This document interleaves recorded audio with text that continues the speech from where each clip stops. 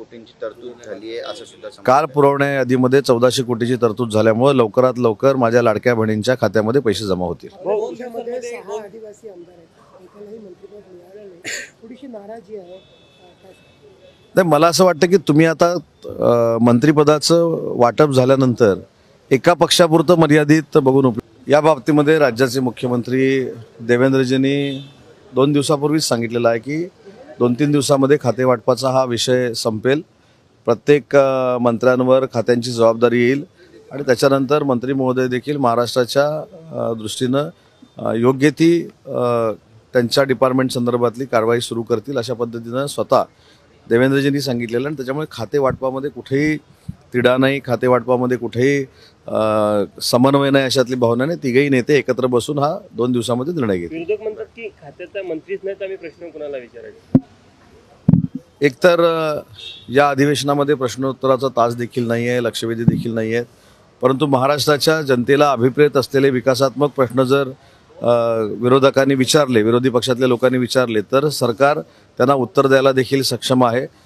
मंत्रिमंडळाचं खातेवाटप जरी झालेलं नसलं तरी देखील मुख्यमंत्री आणि दोन्ही उपमुख्यमंत्री हे सक्षम आहेत. त्याच्यामुळे लवकरात लवकर खातेवाटप होईल आणि सगळे मंत्री अतिशय चांगल्या पद्धतीनं महाराष्ट्राच्या जनतेची सेवा करतील याची पूर्ण खात्री माझ्यासारख्याच्या मनात आहे. 42 मंत्री आहेत पण 11 नाराजी वीर आहेत आणि उघड नाराजी व्यक्त करतायत. त्यांना नेमकं त्यांची नाराजी कशी दूर होईल आणि सगळ्यात महत्त्वाचं म्हणजे छगन भुजबळ निघून गेलेत येवल्याला.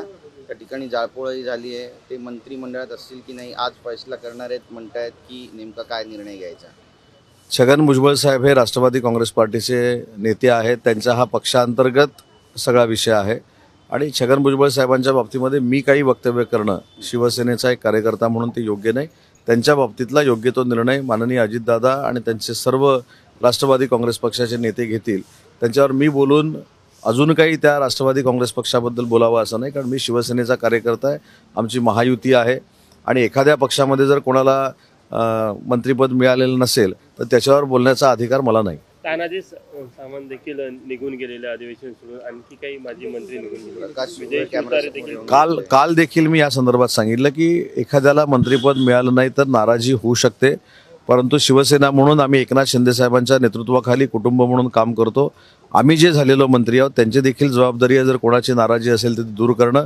त्याच्यासाठी आम्ही विस्तारानं काम करतोय. आम्ही अनेक लोकांशी चर्चा केलेली आहे आणि तानाजी सावंत साहेब असतील, विजय शिवतारे असतील, हे आम्हाला ज्येष्ठ आहेत, ते देखील मंत्री होते आणि त्यांना लवकरात लवकर माननीय मुख्यमंत्री महोदय बोलून घेतील, त्यांची समजूत काढतील. पण कुठेही जे तुमच्या मनामध्ये आहे ते कुठेही त्यांच्या मनामध्ये नसेल याची आम्हाला पूर्ण खात्री आहे. आणि जे आमचे बाकीचे आमदार आहेत ते देखील मंत्रिपदासाठी पात्रच आहेत. परंतु शेवटी 11-12 मंत्री करत असताना नेत्याचा देखील निकष लागतो, नेत्याचा देखील त्याच्यामध्ये दोष नसतो. पण मी जर चांगलं काम केलं नाही, काल कोणीतरी 2.5 वर्षाचा क्रायटेरिया विचारला. 2.5 वर्ष कशाला? जर मी चांगलं काम केलं नाही, 2 महिन्यामध्ये केलं नाही, 3 महिन्यामध्ये केलं नाही, तर ज्या नेत्यांना आम्हाला मंत्रिपद दिलंय ते आमचे एकनाथ शिंदे साहेब नेते आमचं मंत्रिपद देखील काढून घेऊ शकतात. ही देखील भीती आमच्या सगळ्यांच्या मनामध्ये आहे. त्याच्यामुळे आम्हाला देखील मंत्र्यांना जनतेला अभिप्रेत असं काम केलं पाहिजे. आमच्या शिवसेनेच्या सगळ्या आमदारांना बरोबर घेऊन काम केलं पाहिजे आणि महायुतीला न्याय दिला पाहिजे. साहेब आता एक मंत्रिपद उरलेलं आहे, बऱ्याच चर्चा रंगतायत, नेमकी लॉटरी कुणाला लागेल. जयंत पाटील पण येऊ शकतात असं म्हणतात अमोल मिटकरी. आता अमोल मिटकरी काय बोलतात त्याच्यावर मला अजिबात भाष्य करायचं नाही. कदाचित जशी आपली सूत्रं स्ट्रॉंग आहेत तशी अमोल मिटकरींची सूत्रं स्ट्रॉंग असतील. मला त्याच्यावर काही चर्चा करायची नाही, कारण शेवटी जयंत पाटील देखील एक फार मोठे राज्याचे नेते आहेत. त्यांच्यावर पक्षप्रवेशाबद्दल मी बोलावं एवढा नक्कीच मी मोठा नाही. त्यांनी 11 वेळा अर्थसंकल्प ह्या राज्याचा मांडलेला आहे. ते ग्रामविकास मंत्री होते, ते होम मिनिस्टर होते.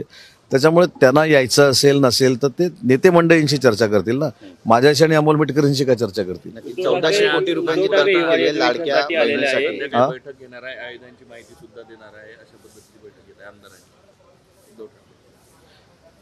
मला असं वाटतं की उबाठा शिवसेनेचे पक्षप्रमुख स्वतः उद्धवजी आहेत. त्यांना त्यांच्या पक्षाच्या आमदारांना बोलवण्याचा अधिकार आहे, त्यांना मार्गदर्शन करण्याचा अधिकार आहे. त्यांच्या मार्गदर्शनावर मी का म्हणून टीका करावी? शेवटी लोकशाहीतला एक तो भाग आहे, बरोबर आहे की नाही. परंतु 20 आमदार असतील, 40 असतील, 60 असतील, जसं शिंदेसाहेब आम्हाला 60 लोकांना बोलून मार्गदर्शन करतात तसं त्यांच्या आमदारांना ते बोलून मार्गदर्शन करणार असतील. त्यांची स्ट्रॅटेजी विधानसभेतली ठरवणार असतील.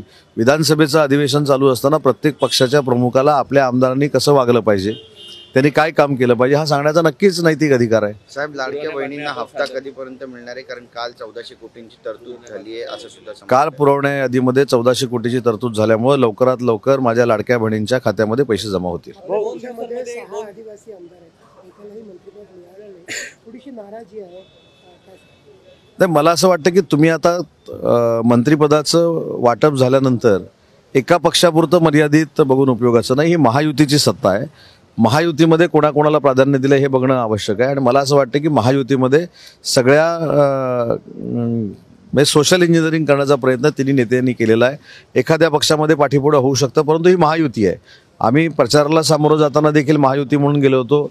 विकास देखील महाराष्ट्र करत असताना महायुती म्हणूनच करतोय. त्याच्यामुळे पक्षानं कुठच्या कोणाला उमेदवारी दिली याच्यापेक्षा, मंत्रिपद दिली याच्यापेक्षा, महायुतीनं कोणाला मंत्री केलं, महायुतीनं सोशल इंजिनिअरिंग कसं केलं याच्याकडे बघणं आवश्यक आहे. उद्धव ठाकरे कामकाजामध्ये सहभागी होणार आहे, अपेक्षा आहे की तुम्हाला ते संपूर्ण अधिवेशन थांबेल लागतं? आता हा प्रश्न, ते एका पक्षाचे प्रमुख आहेत, ते विधान परिषदेचे सदस्य आहेत, त्यांनी सभागृहामध्ये कधी यावं कधी नाही यावं ह्याचं चांगलं उत्तर तेच देऊ शकतात ना, मी कसं काय देऊ शकतो? तुम्हाला अपेक्षा आहे की एक विरोधकांचं मजबूती नाही, माझी अपेक्षा लाख काही असेल. शेवटी विधान परिषदेचे सदस्य म्हणून आणि एका पक्षाचे प्रमुख म्हणून ते ठरवणार आहेत ना, त्यांना कधी सभागृहामध्ये यायचं आहे, त्यांनी काय प्रश्न मांडायचे आहेत, कधी सभागृहातनं जायचं आहे. आता त्यांच्या पक्षातल्या विधान परिषदेच्या सदस्याचं टाइम टेबल जर आम्ही ठरवायला लागलो तर ते देखील योग्य नाही.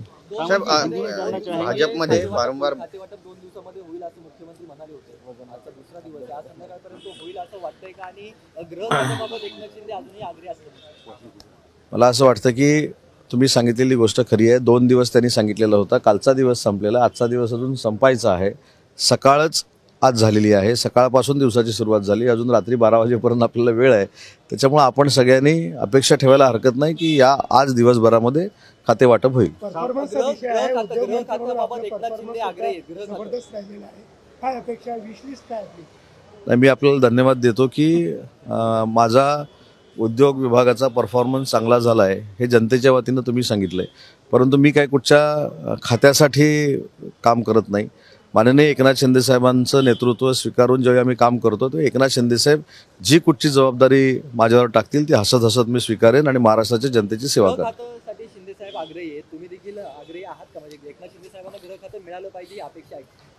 नाही, मोठं खातं स्वतःच्या नेत्याला मिळालं पाहिजे, मोठं पद आपल्या नेत्याला मिळालं पाहिजे. याच्यामध्ये माझी देखील भावना तीच असणार आहे की मी ज्या पक्षामध्ये, शिवसेना पक्षामध्ये काम करतो त्याच्यामध्ये वंदनीय बाळासाहेबांच्या विचारानं प्रेरित होऊन काम करणारे आमचे नेते जर मोठे कोण आहेत तर एकनाथ शिंदे साहेब आहेत. आणि त्यांना मोठं पद मिळालं पाहिजे हे जर मी सांगितलं त्याच्यामध्ये वावगं काय असूच शकत नाही. आमच्या सगळ्यांपेक्षा सगळ्यात मोठ्या पदावर आमचा नेता बसला पाहिजे, आमचे नेते बसले पाहिजे, हीच आमची भावना असणार आहे. साहेब, तुम्ही इतकं चांगलं काम केलं उद्योग क्षेत्रामध्ये, उद्योग खात्यामध्ये, त्यामुळे एकनाथ शिंदे यांच्या गळ्यातले ताईत झालेत, ब्लू आईड बॉय झालेत अशी पण चर्चा आहे. मी एक सहकारी म्हणून शिंदे साहेबांबरोबर काम करतो, एक कार्यकर्ता म्हणून काम करतो. आणि शिंदे साहेबांचा स्वभाव तुम्हाला माहिती आहे. मी एकटा काही जवळचा आहे अशातला भाग नाही. आमचे सगळेच मंत्री, सगळे 60 आमदार हे शिंदे साहेबांचे राईट हँड आहेत. आणि मला असं वाटतं की एखादं काम सांगितल्यानंतर प्रामाणिकपणानं करण्याचा कदाचित माझा स्वभाव असेल. सगळ्यांचाच आमचा स्वभाव आहे, 60 लोकांचा स्वभाव आहे. आणि मी एकटा त्यांचा राईट हँड नाही, तर आमचे 60चे जे आमदार आहेत ते त्यांचे राईट हँड आहेत. आम्ही मगाशीच सांगितले की आम्ही कुटुंब म्हणून काम करतो आणि आमच्या कुटुंबाचे प्रमुख माननीय एकनाथ शिंदे साहेब आहेत. ओके.